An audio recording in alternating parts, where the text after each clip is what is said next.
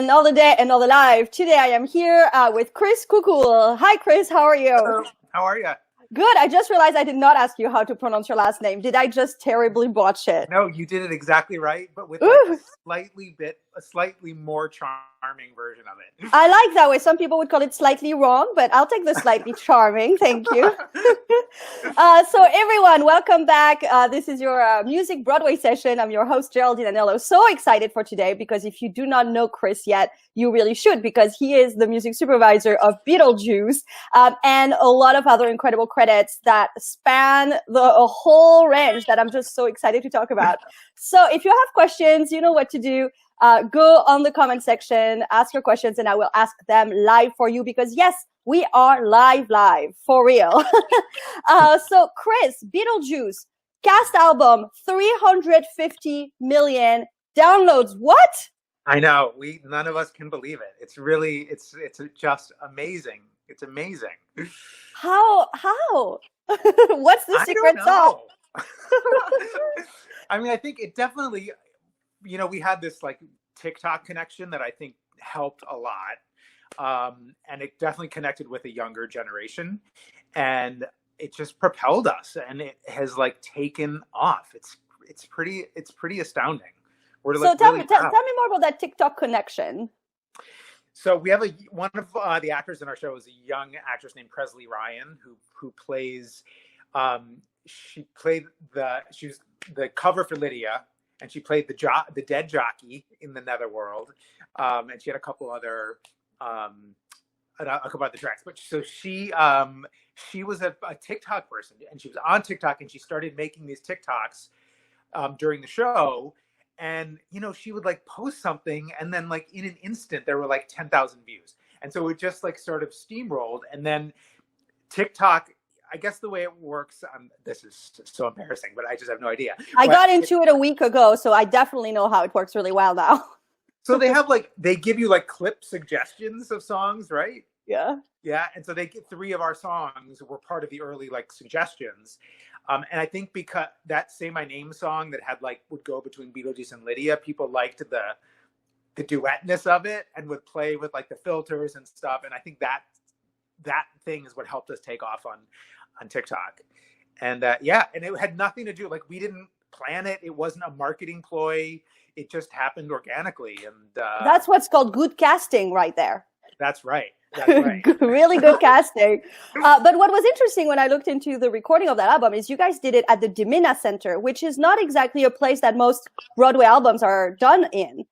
Why that choice? That's true. It's true. I think they're doing a lot more. And interestingly enough, that is actually where the Tony Award Orchestra played from. So in the broadcast this year, that was happening at Radio City, the orchestra was at Dimina. Which is what, like for the non-New Yorkers, this is a solid 15 blocks or so. Oh yeah, far away, way far away. And we also did all like the Tony all the pre-records at Dimina. But yeah, and I think Hadestown as well did theirs there maybe. But it's kind of a newer place that people are starting to discover, and it's an amazing facility. It's really. Did you do it in that main? Because they have multiple halls. Did you do it in that main hall you walk in? We did it in the middle one, so like on the second floor. Mm-hmm. Great. Not to geek out on anyone, Yeah. I'm just really into that sorts of things. But talking about Beetlejuice, so I was so lucky. I saw it during the previews, and that opening number was a props spectacular. It was so grand, but on top of that, it was just props in and out of the pit. And so, of course, as a musician, I was just like, what is that pit experience like? Well, there's the big open area in the middle of the pit. So the center of the pit none of us are in the center. So we actually use 2 pit. We have our, the brass reeds, strings, 2 keyboards, and myself are in the front pit, and then we have a back room, and in the back we have the drummer, percussion, bass, and 2 guitars. And you had such a great band. I mean, I saw you had John Putnam, you had Josh Samuels, you had so many more. I know Alan Bisk, who's such a great melodic player. Tony Cadlick, who's like the best trumpet player in New York, Ada Cridler, and I mean, Conrad on bass. Conrad. I mean, it was just like an embarrassment of riches. We got really lucky, and on top of them being like the best musicians in New York, everyone was an amazing person. So everything has been fun, it's like going through a process, especially in the beginning, can be very stressful and tiring and exhausting. And everyone was just on board and part of the team right away. We were really lucky. One of my favorite memories with Josh Samuel was I subbed at Radio City, and he had a bit where he very quickly had to put on a costume to go and do a solo in the house. I think he would walk down the aisle and go, if I remember correctly, or something like that. And I just remember seeing him finishing a number in sweat, putting on the clothes, quickly leaving, coming back. It was a whole thing, and always with a smile. Well, I will tell you two things. First of all, the percussion book on Beetlejuice is very intense. He is like the busiest man in New York City for 2.5 hours, and he loves it. I mean, he is amazing. And the more I throw at him, the happier he is. But he has a string of lights. He has his own room in the back, and he has a string of little skeleton lights that are around the room. And every single show since the day we opened, when Beetlejuice stands on the table and says, "It's showtime," Josh turns on his lights that flash just for his own enjoyment. I love it. Show. That's so good. And now you, as the conductor, were standing on stage right? Is that what it was? That's right. A little bit off center. Yeah. How was that for you, seeing the show and getting all that visual feedback? It was strange for like the first day, and then it didn't. Nothing is blocked. Nothing's in the way. But yeah, so sorry, to your original question, there are all these like props that come up, and there's a big hydraulic lift that's right in the center that we use. Like Beetlejuice pops up on it. We bring up the shrunken head guy on it.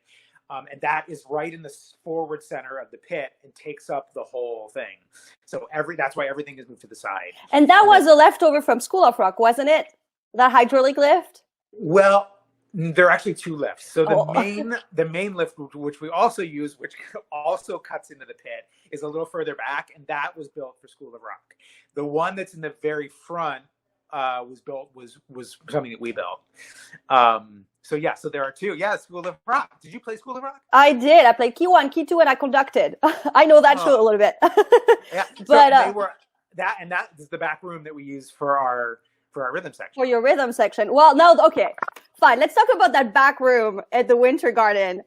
What did you guys do with the lights? Did you guys leave the lights on in that room the entire time? Or did you actually turn off the lights and have proper stand lights for those musicians? No, we leave the lights on. Same at School of Rock. Now, how did they feel about it? I think they felt okay.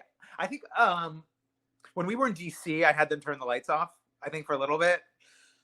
And they weren't crazy about it. And, I was kind of on the fence about it. So it didn't even come up when we were at the Winter Garden. And I don't think it would have made them play any better, Would they have seen better? We also built another wall in that back room. So I think when you had the drum room that was separate. Yes. So next to the drum room, we built a percussion room as well. So there are those two rooms plus the guitar room. So it's the quarters are a little tighter now. Yes, more Broadway style. More Broadway, yeah. That's right. More Broadway style, anti-confinement style, though. Pick your battle. So now I really want to talk about this because you conducted the show, but you were also the music supervisor. And a lot of times, the music supervisor does not conduct the show. So how did you wear those two hats? And what did that mean for you in that process? Well, it was a lot. And I'm also the orchestrator, too. So yes. It was a lot. It was a lot. I had a lot of help. Adam Laird is my associate, and he is just a dream. I don't know if you know Adam, but he is like the most responsible and amazing player, and is always proactive and always finding ways to help and make things better. So that was great. We did have a role that is not a traditional role, which is a music producer. And that is a guy named Matt Stein, who was also the music producer of Moulin Rouge. Mm-hmm. And it's like a not fully a theatrical term that's used a lot, but he sort of served as someone who was a liaison between the music department and the sound department. He helped create some of the track material, some of the Ableton stuff. He also was just always had like a producer's eye on the creation of the sound of the show in general. And he was also kind of like my right hand. So that helped a lot. Without those two people, I definitely don't, it couldn't have happened. Yeah, that's a rare mix. Yes, yeah. And we also were like always, all three of us were always creatively on the same page, which helps. That's so important. So let's talk about those orchestrations. Yeah. What was your inspiration? What were you given? When you have that sort of freedom, I suppose the hardest thing is making the early decisions, because when you're working in a team, people kind of give you you're a little bit more restricted, which helps. And Absolutely. So when you're completely in charge, it's like, well, I could do all the things. What now? Okay. Freedom is the enemy of art, always. And I'm so sorry. Yeah. Okay. So Eddie Perfect writes with demos. So he would give me demos that did have some orchestrations on them. Eddie plays piano, guitar, and drums very well. All those things very well. So a lot of the rhythm stuff was done with Eddie. And then he would put some string parts and some horn parts, and some of them I used. And sorry, 1 second. So some of them we used, some of them I invented. And it was, the goal of the show was to like have 1 foot in the Danny Elfman world and the cinematic world, 1 foot in the sort of like ska rock Oingo Boingo world, 1 foot in the musical theater world. There were a lot of feats and a lot of worlds. So it was fun, but you're right. It is like, it's a crazy thing when someone's like, okay, go. So what are some of those orchestration moments that you're most proud of, having hit those 3 worlds? I think the opening number actually hits all of the worlds in one little 3-minute Fantasia that I'm pretty proud of. I mean, it's like it's a whirlwind of colors and sounds, and I think you hear all the things that you're going to hear in the show in that song, which I think is really the purpose of a good opening number and a welcoming to the world. There's also a couple of transitions that, we all love transition music because no one has to sing. You don't have to worry about getting in the way of somebody. And it's just, with all those amazing players and this very large, by Broadway standards, orchestra, we could really go to town on some of those things. So yeah. Yeah, because you're also credited for having written the incidental music. Yeah. And so, and how different was that on top of everything else? What was your process specifically for that? Well, I was with the show from the very beginning. So from the very early stages of development, and Alex Timbers, who directed the show, I've worked with him for many years. And the way he develops shows, the whole team is there the whole time, and we are kind of working on those like show details from the beginning.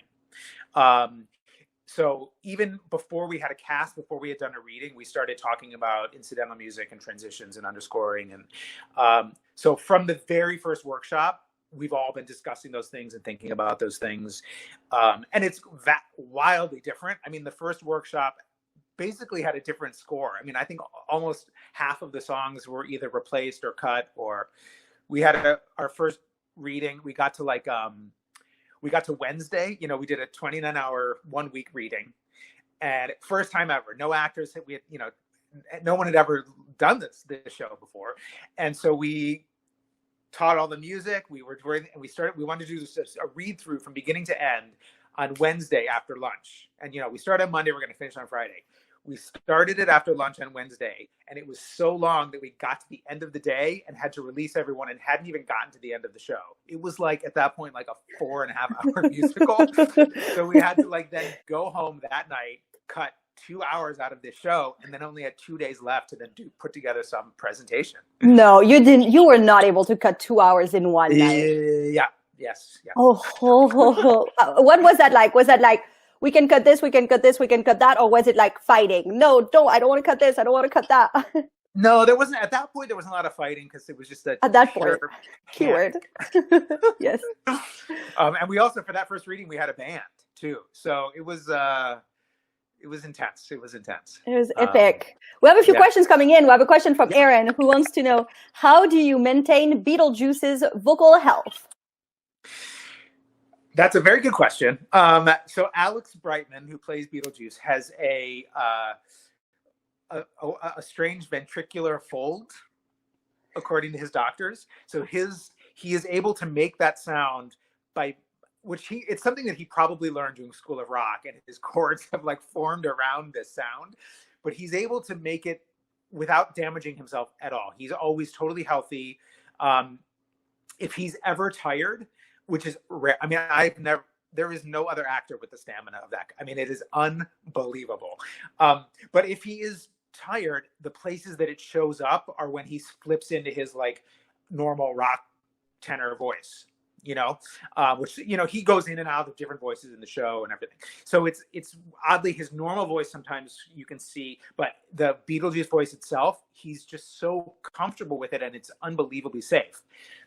That being said, we have other Beetlejuices, we have covers, and there is no like mandate for a specific type of voice.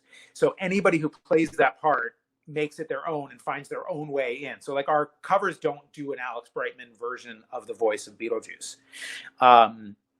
Because if you don't have that thing and you try to be gravelly for 8 shows a week, you're going to have a very early career and there's no way to get through it. Do you guys have different keys? No, all the keys are the same. All the keys are the same. Here's another question, this time from Braden. How much of Beetlejuice was set to a click? A lot of Beetlejuice. I think I know Braden. Hi, Braden. A lot of the lighting effects and special effects were tied to the click. We also had some Ableton track material. So I would say probably 60 to 70% of the show was on click. Ooh, and he also wants to know, what was your favorite moment to conduct in the show, and favorite moment in general? My favorite moment in general to conduct. I think both. I think your favorite moment to conduct, and then your favorite moment in general outside of conducting. Well, there's a very long sequence in the middle of Act 2 that we call the seance, which is like this weird, crazy cinematic scene where Beetlejuice shows up and Lydia escapes to the netherworld and Barbara's flying, and there's all this stuff happening. And there may be 2 sung lines in the whole sequence, and the rest it's scored all the way through, and everything has to line up exactly right. And so that sequence is always fun, because when you like land those exact moments and everything hits, and none of that was clicked, and it was all following the scene, and it's very orchestral and everyone is playing. So I love that part every night. But also I always will find the opening number thrilling, and just hearing that orchestra play that opening number every night, it never got old. We also have someone listening in who knows Beetlejuice from inside out and will check if you're saying the truth or not. We've got Joey Joseph sending little hearts. So hi, Joey. Oh, Joey Joseph. Everyone who doesn't know who Joey is, he played in the pit at Beetlejuice, and is a wonderful Broadway keyboardist. Assistant music director. Amazing person, amazing player. So that's for Beetlejuice. I want to talk about all the other incredible things that you've been up to, that you've done. So I'm really excited to talk about the version you did of Romeo and Juliet with music by Jeff Buckley, because I love Jeff Buckley. I love that album, Grace. And I just really want to know how, like, what? Tell me more. I mean, me too. Jeff Buckley is amazing. I mean, that whole album is insane. So that was a show we started many, many years ago. I think in 2008. Maybe we did like a Joe's Pub concert with an amazing cast of people who now are very known. People like Damon Dono and Grace McLean and Joe Lampert and Kelly Barrett, we were all very young at the time, right? And so we did a Joe's Pub concert. We then ended up doing a production at the Williamstown Theater Festival. And then we took a couple years off and then did a production at the Old Globe in San Diego that Alex Timbers, who directed Beetlejuice, ended up directing. Sonia Taya did the choreography from Moulin Rouge. And it's a pretty astounding piece. It's Romeo and Juliet. Like, it's just the text of Romeo and Juliet with Jeff Buckley songs. And there's something about the way that his lyrics work that it feels like a person just wrote the two things together. It doesn't, you know what I mean? They speak in this very poetic language that transitions into the songs, and you feel no separation whatsoever. It makes total sense in the world. It's amazing. Are you keeping the original sound? Are you keeping that style, or are you completely reinventing the whole soundscape?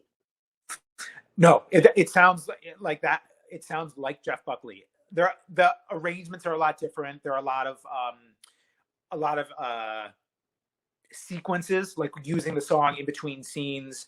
The beginning of Act 2 is like there are two songs that are mashed together. So Juliet sings "Lover, You Should Have Come Over."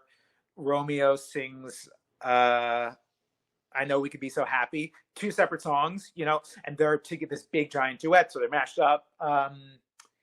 And yeah, but the general texture and sound, absolutely keeping it in the world of Jeff Buckley. It was our main goal.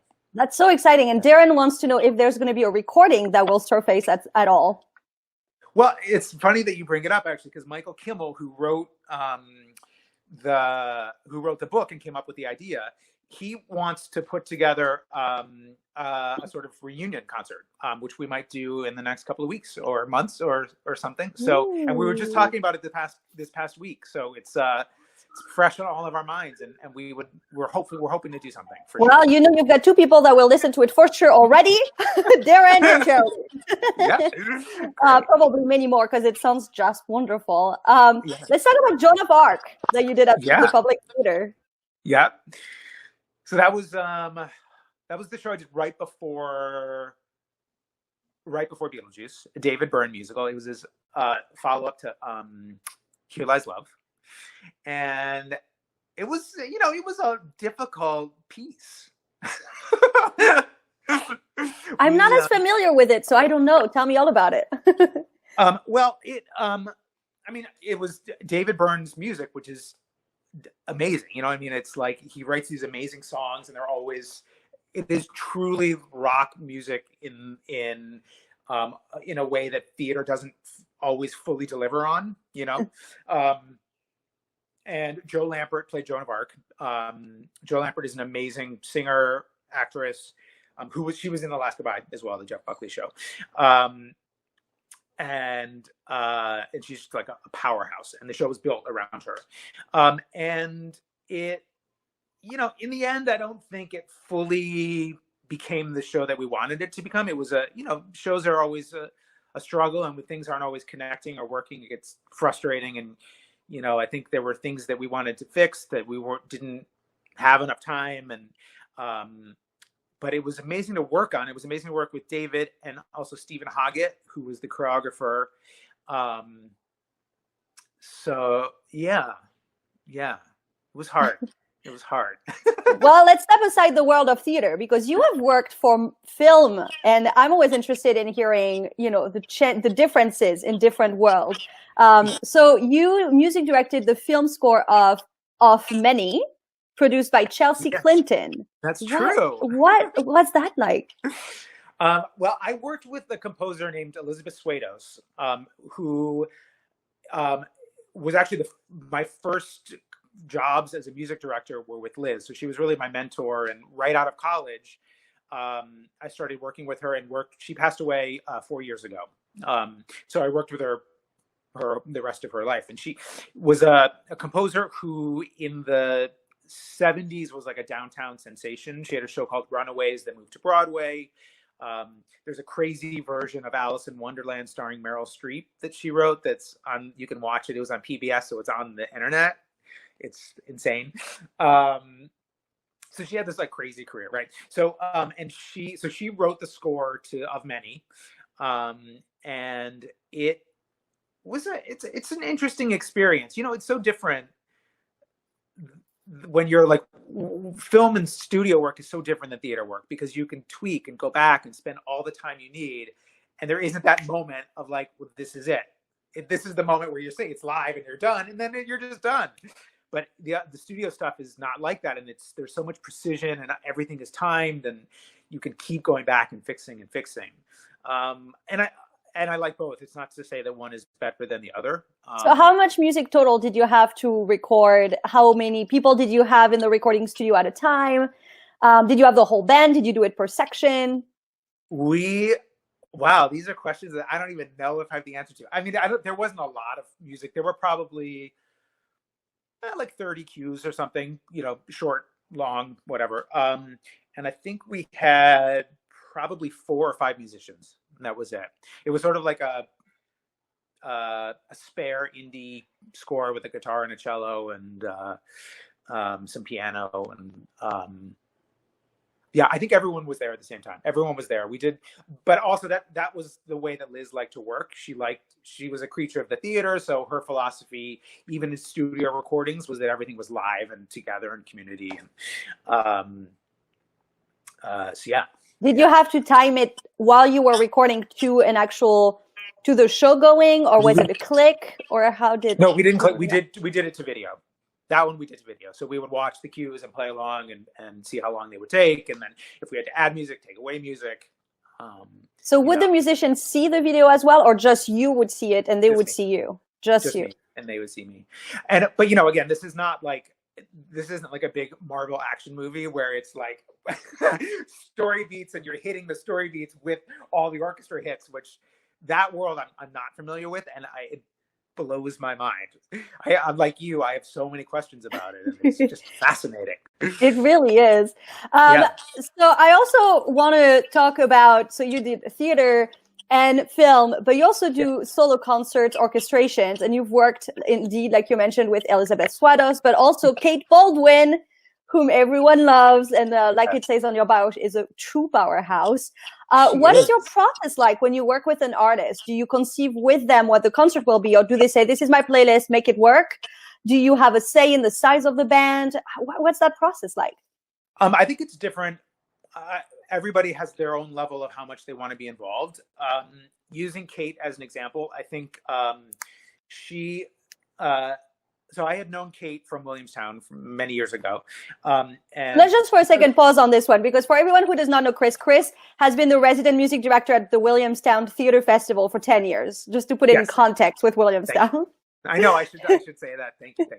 Well, for 10 years, I was from like 2005 to 2015, which is an amazing theater festival up in the Berkshires that does great things.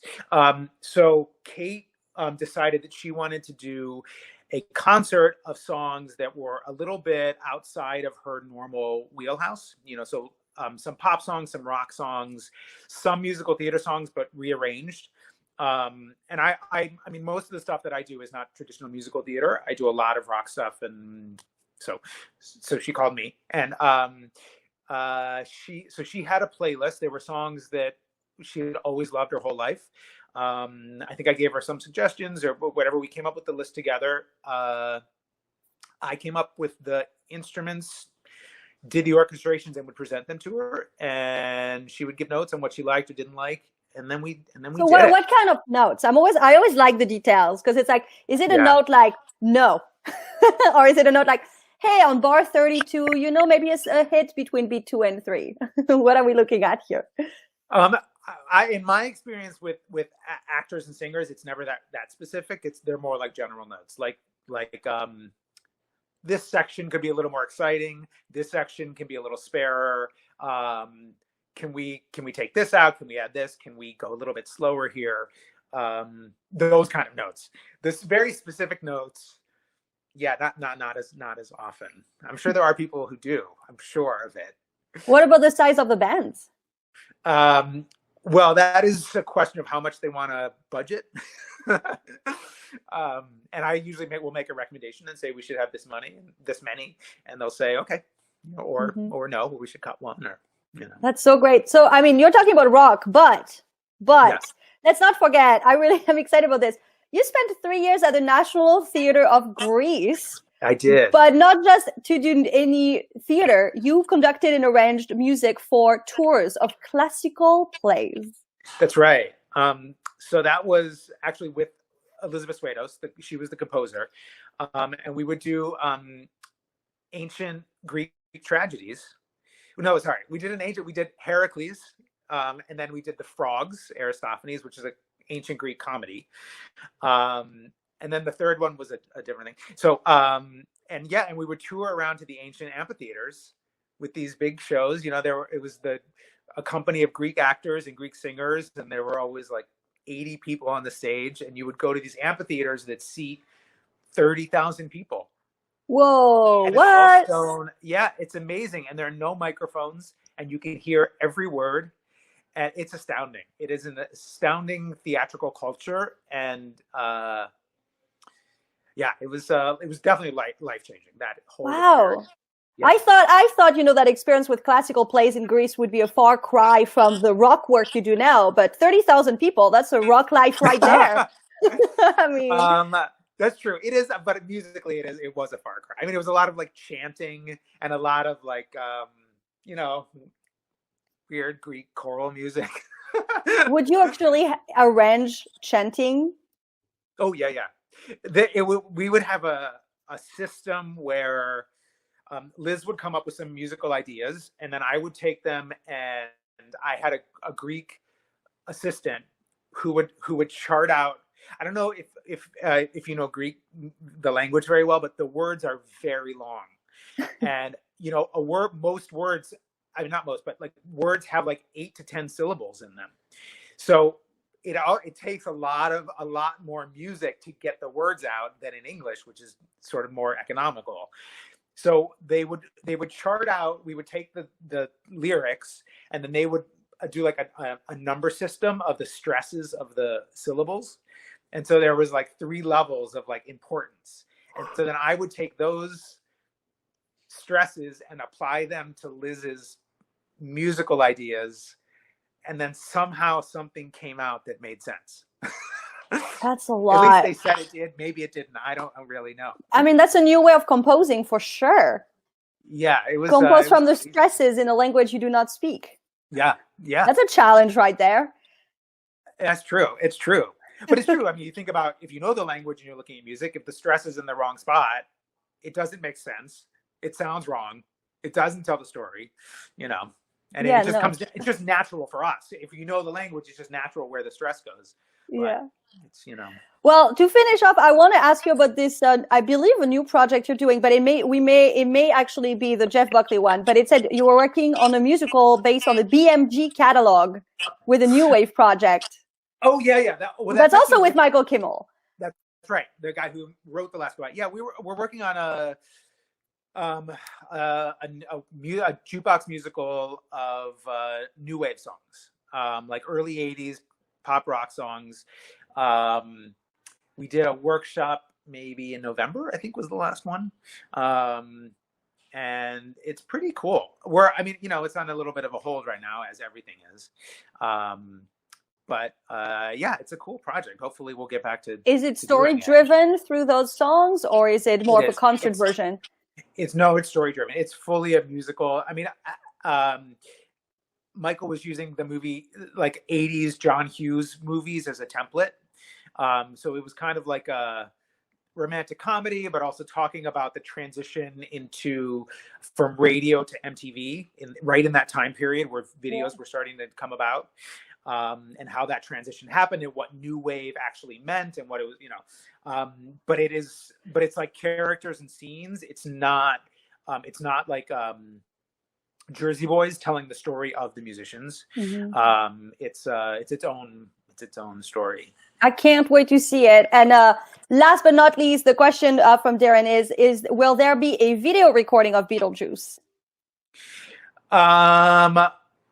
Hopefully. There isn't one at the moment. If we are fortunate enough to come back, which fingers crossed, if everything comes back to normal and we are able to, then that is something that also, fingers crossed, we will do. we all want to do that. So, well, Kris, thank you so much for spending a little bit of time with us. Everyone, thank you for tuning in, and we'll see you all next week. Bye, Kris. Bye.